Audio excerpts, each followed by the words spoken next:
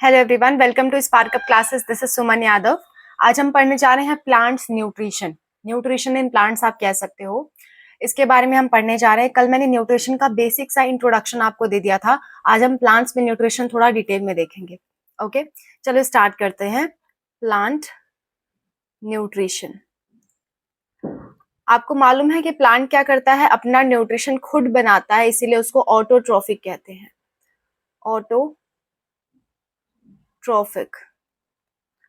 Autotrophic कहते हैं क्योंकि वो अपना खाना क्या करता है? खुद बनाता है। मुझे ये चीज अच्छे से लिख लेने दो।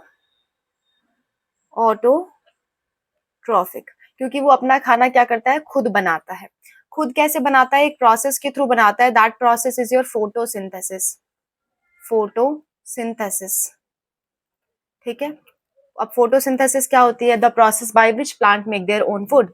ऐसा कॉमनली हम पढ़ते आते हैं, लेकिन अगर मैं प्रॉपर डेफिनेशन इसका दूं तो इसका प्रॉपर डेफिनेशन होगा the process by which plants convert solar energy into chemical energy.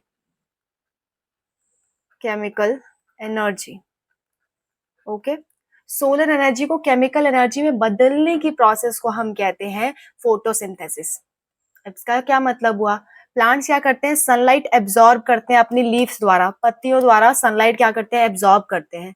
Sunlight absorb करने के बाद वो क्या करते हैं? वो उससे ग्लूकोज बनाते हैं, यानी कि कुछ केमिकल बनाते हैं। तो सोलर एनर्जी से क्या बना रहे हैं? Chemical energy.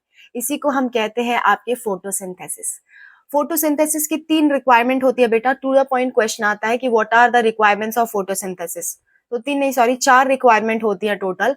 पहली रिक्वायरमेंट है H2O, पानी चाहिए ही चाहिए। दूसरी रिक्वायरमेंट है कार्बन डाइऑक्साइड, ये दोनों चाहिए ही चाहिए। और तीसरी रिक्वायरमेंट है सनलाइट, ठीक है। और चौथी रिक्वायरमेंट है आपकी क्लोरोफिल। इतनी चीजें प्लांट को चाहिए फोटोसिंथेसिस करने के लिए। तो देखते हैं कौन सी चीज कैसे मिलती है। क्लोरोफिल तो पत्तियों में मिलता है, लीव्स में मिल जाता है। लीव्स हरे क्यों होते हैं? क्लोरोफिल की वजह से। ये पत्तियों के अंदर पहले से प्रेजेंट होता है, ठीक है। सनलाइट कहाँ से मिल जाती है? सनलाइट तो सन से मिल जाती है, यानी कि डे टाइम पे वो क्या कर सकते हैं? फोटोसिंथेसिस कर सकते हैं, रात में नहीं कर सकते। ओके, नेक्स्ट, पानी कहाँ से मिलेगा? पानी रूट्स ले आते हैं। Roots from soil. रूट्स क्या करते हैं? सॉयल से पानी लेके आते हैं। अब बात आती है आपकी CO2 की। CO2 प्लांट कैसे लेगा? CO2 की इसकी जरूरत है, तो CO2 प्लांट्स कैसे लेगा? तो प्लांट की पत्तियों में छोटे छोटे से होल्स होते हैं। क्या होते हैं? छोटे छोटे से होल्स होते हैं। उन होल्स को हम कहते हैं स्टोमेटा। यही स्टोमेटा क्या करते हैं? गैसेस एक्सचेंज करते हैं, यानी कि बाहर से कुछ गैस को अंदर लाएंगे और अंदर से कुछ गैस को बाहर डालेंगे। जैसे ऑक्सीजन बाहर रिलीज करता है प्लांट और कार्बन डाइऑक्साइड अंदर लेता है। सो ये कौन करवाएगा? ये आपकी स्टोमेटा ही करवाती है। क्लियर?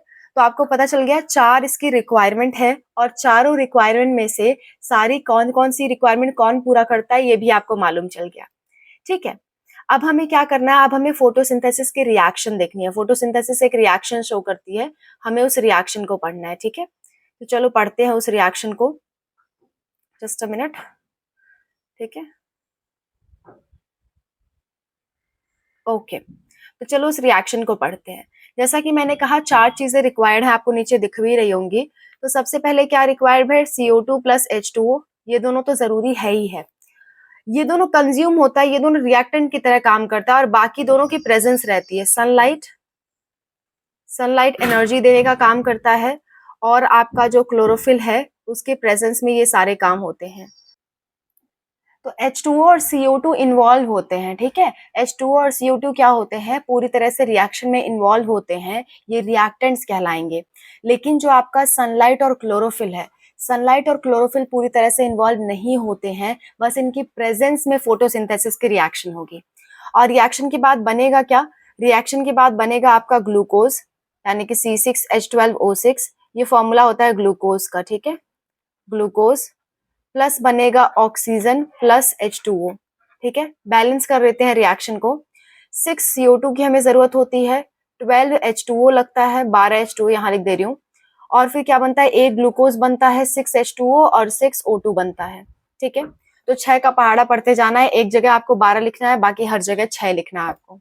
ओके, तो रिएक्शन ये बहुत इंपॉर्टेंट है। आप अगर रिएक्शन लिख के आते हो, कभी भी फोटोसिंथेसिस पूछता है, आप रिएक्शन लिख के आते हो तो फुल नंबर गारंटी है मिलेंगे। ओके, तो रिएक्शन जरूर याद कर लो, ये फोटोसिंथेसिस की रिएक्शन है। कार्बन डाइऑक्साइड प्लस वाटर से मिलकर के ग्लूकोज बनता है, वाटर बनता है, और क्या बनता है, ऑक्सीजन। लेकिन किसके प्रेजेंस में, सनलाइट और क्लोरोफिल के प्रेजेंस में। ठीक है, ये है आपकी फोटोसिंथेसिस। आई होप आपको समझ में आ गई होगी। नेक्स्ट हमको ये बात समझनी है कि स्टोमेटा क्या है और असल में कैसा दिखता है स्टोमेटा। ठीक है, तो चलो पूरा चीज इरेज कर लेते हैं और देखते हैं। ठीक है, जस्ट अ मिनट। यस, तो देखो स्टोमेटा क्या होता है। स्टोमेटा जैसे कि मैंने बताया, स्टोमेटा क्या है, पोर है। ठीक है, अगर मैं बात करूं स्टोमेटा की, स्टोमेटा स्टोमेटा क्या है, एक पोर है। पोर इन लीफ, लीव्स। ठीक है, छोटे छोटे छेद होते हैं लीफ में, ऐसा नहीं कि आर पार छेद हो गया, नहीं, छोटे छोटे से छेद होते हैं ताकि वहां पे क्या हो सके, gaseous exchange. Helps in gaseous exchange, gaseous exchange. इसी की वजह से CO2 क्या होता है, प्लांट के अंदर आ पाता है, और इसी की वजह से फोटोसिंथेसिस हो पाता है। कैसा दिखता है ये देखते हैं। इसके किनारे किनारे क्या होते हैं, दो सेल होते हैं जो बीन शेप्ड सेल होते हैं, उन्हें हम कहते हैं गार्ड सेल। क्या कहते हैं, गार्ड सेल्स। और गार्ड सेल्स के बीच में यहाँ पे ये जो खाली स्पेस है ना, इसी खाली स्पेस को हम कहते हैं स्टोमेटा। इसी खाली स्पेस को हम क्या कहते हैं, स्टोमेटा। और इसके किनारे किनारे कुछ सेल्स मिलती हैं आपको। इसके किनारे किनारे कुछ ऐसे ऐसे सेल्स मिलती हैं जो कि आपकी क्या होती हैं, एपिडर्मल सेल्स। ठीक है, क्या होती हैं, एपिडर्मल सेल्स, सेल्स। ठीक है, ये जो स्टोमेटा है, ये जो गार्ड सेल है, उसके अंदर जब पानी भर जाएगा तो वो फूल जाते हैं। फूलने वाली स्थिति को हम कहते हैं टर्जिड हो गए, फूल गए। और फूल जाते हैं तो क्या हो जाएंगे, खुल जाएंगे। और जैसे ही पानी इसके अंदर से बाहर निकल जाएगा, ये क्या हो जाएंगे, वापस से पिचक जाएंगे। ठीक है, तो आपके जो गार्ड सेल्स होते हैं, ये अगर टर्जिड होंगे, टर्जिड, टर्जिड मतलब फूले हुए होंगे। ठीक है, तो क्या होगा, स्टोमेटा ओपन हो जाएगा। ठीक है, स्टोमेटा ओपन। और अगर ये फ्लैसिड है, मतलब पिचके हुए हैं, पानी नहीं भरा हुआ है, फ्लैसिड है, तो क्या हो जाएगा, स्टोमेटा क्लोज, मेटा क्लोज। बात समझ में आ गई। ये बात थी आपकी स्टोमेटा से रिलेटेड। प्लांट न्यूट्रिशन यहाँ पे खत्म होता है। एक छोटा सा एक्टिविटी रिलेटेड क्वेश्चन आपसे पूछा जाता है, ध्यान देना। अगर KOH कहीं आपको दे दे और वहां पे क्या करे, एक डिब्बे में आप प्लांट रख दो, KOH रख दो और सब कुछ प्रॉपर तरीके से दो, तो क्या प्लांट फोटोसिंथेसिस कर पाएगा, तो आंसर होगा नहीं। क्योंकि KOH क्या करता है, KOH absorb CO2। KOH CO2 के एब्जॉर्ब कर लेता है, जिसकी वजह से CO2 प्लांट को नहीं मिलेगा। तो कभी भी अगर CO2 एब्सेंट हो गया या फिर KOH ने उसे एब्जॉर्ब कर लिया, तो फोटोसिंथेसिस नहीं हो पाएगी।